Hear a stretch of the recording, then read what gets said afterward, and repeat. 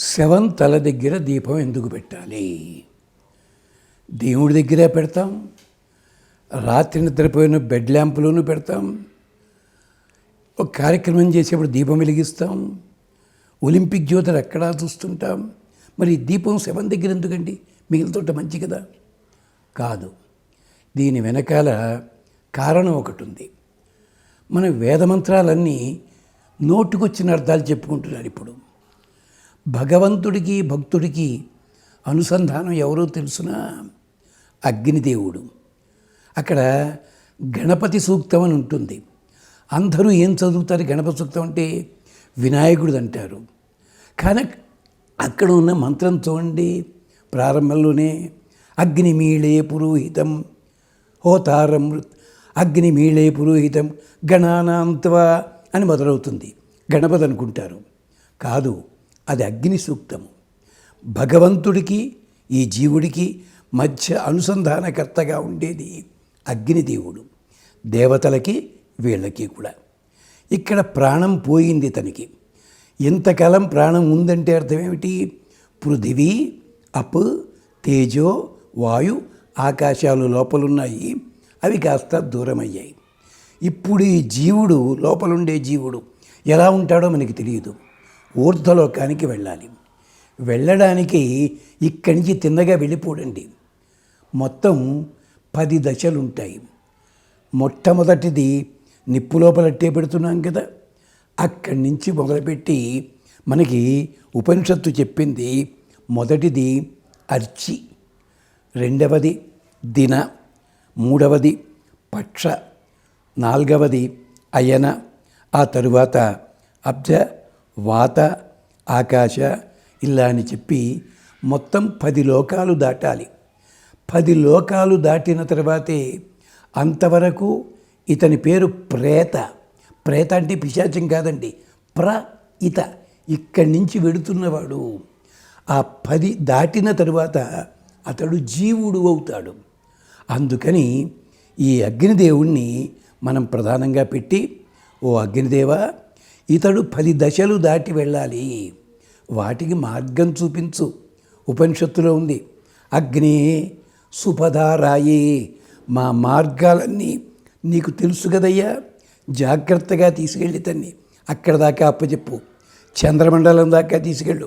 పితృదేవతలు ఉంటారు, అమృతం. ఆ తర్వాత ఇంద్రలోకం. ఆ ఇంద్రలోకం తర్వాత ఇతనికి పుణ్యం ఉంటే పుణ్యలోకాలకి, పాపం ఉంటే నరకానికి, ఇలా అంత జంక్షన్లు అన్నమాట. అది అవుతాయి. అందుకనే ఆ దీపం దగ్గర పెట్టే మంత్రాలు 10-15 ఉన్నాయి. ఒక్కటే మీకు చూపిస్తాను. ద్యౌపిత పృథివీమాత, పైలోకం ఉందే అది తండ్రి, ఈ భూలోకం ఉందే ఇది మాత. అధృక్ అగ్ని భ్రాత, అగ్నిదేవ నువ్వు మాకు సోదరుని వంటి వాడివి.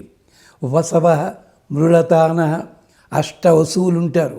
వీళ్ళు ఆనందాన్ని కలిగిస్తారు, బతికుండగా ఆనందాన్ని కలిగిస్తారు, ఊర్ధ్వలోకానికి వెళ్ళేటప్పుడు ఆనందాన్ని కలిగిస్తారు.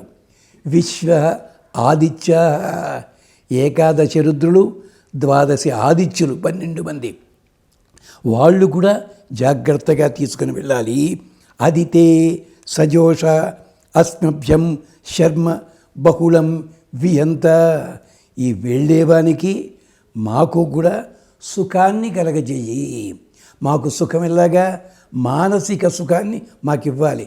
ఈ వ్యక్తి లేడన్న బాధ మాకుంది నిజమే, కానీ అతని గుర్తింపుతోటి మేము రకరకాలుగా, పోయినోళ్ళందరూ మంచోళ్ళు, ఉన్నోళ్ళు పోయినోళ్ళ తీపి గుర్తులు, అలా మాకు రక్షణ కలిగించు అని ప్రార్థన చేయడానికి దీపం పెడతారు. అంటే 10 దశలు దాటేంత వరకు కూడా ఈ అగ్నిదేవుడు నడిపిస్తూ పెడతాడు. అందుకనే మరణించిన తర్వాత స్నానాలు ఎన్నో రోజు చేస్తారు? 10వ రోజు చేస్తారు. 10 అయిన తర్వాత తద్దినాలు ఇవి 11, 12, కొందరు 13 అలా పెడతారు. అంటే ఏమిటి?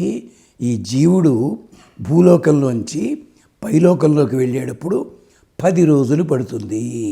అంతేకాదు, పైనున్నవాడు కిందికి రావాలంటే 10 నెలలు పడుతోంది. గమనించండి. వచ్చేటప్పుడేమో 10 నెలలు అయిన తర్వాతే భూమి మీద పడతాం. వెళ్ళేటప్పుడు 10 రోజులు. అక్కడ రోజెందుకైంది, ఇక్కడ నెల ఎందుకైంది, అది ఉపనిషత్తులు చెప్పాయి చాలా అందంగా. దాన్ని సూచించడానికే దీపం పెడతారు. ఇది దాంట్లో ఉన్న అంతరార్థం. ఇది అన్ని సాంప్రదాయాల్లో, అంటే అన్ని దేశాల్లో కూడా ఈ దీపం పెట్టడం అన్నది ఉంది. దీపం ఏమిటి అంటే జ్యోతి, కాంతి, నమస్కరిస్తున్నాం ఎందుకని చెప్పి. దీన్నే ఉపనిషత్తు అర్చిరాది మార్గము అని చెప్తారు. ఇది వైష్ణవుల ఇళ్లలో ప్రత్యేకించి చదువుతారు. బ్రాహ్మణ ఇళ్లలో కూడా గరుడ పురాణము ఇలాంటివి చదువుతుంటారు. అలాగే మిగిలిన వాళ్ళకి అన్ని జాతుల్లోనూ ఉంది ఇది. కానీ ప్రత్యేకించి బ్రాహ్మణ, క్షత్రియ, వైశ్యులకి మాత్రము ఒక ప్రక్రియ ఉంటుంది. మిగిలిన వాళ్ళకి ఆయా కాలములు, ఆయా పద్ధతుల లోపల వెనకాల దీపం పెట్టడంలో ఉన్న అంతరార్థం ఇది. అప్పుడు 10వ రోజు ఏం చేస్తాం, ఈ దీపాన్ని పట్టుకెళ్ళి నీళ్ళల్లో కలుపుతూ ఆ వెళ్ళిపోయిన వ్యక్తి కోసం జలప్రదానం చేస్తాం. అంటే వెడుతున్న వ్యక్తికి చల్లగా ఉండాలి వాతావరణం అని చెప్పి వరుణదేవుని ప్రార్థిస్తారు. అంటే మామూలు భాషలో మాట్లాడుతున్నారు, మీరు ప్రశ్న మామూలుగానే అడిగేశారు, దాని లోతు ఎంత ఉంటుంది. అందుకని దీపం పెడతారు. దాంట్లో ఉన్న అంతరార్థం అదేమిటి, ఒక్కటే ఒత్తితోటి పెట్టాలి. అందుగా మట్టి ప్రమిదతోటి పెడతారు ఆవుదం దీపము. లేదండి నేతితోటి కూడా పెడతాం, పెట్టచ్చు, తప్పేమీ లేదు. ఇది దీంట్లో ఉన్న అంతరార్థము. స్వస్తి.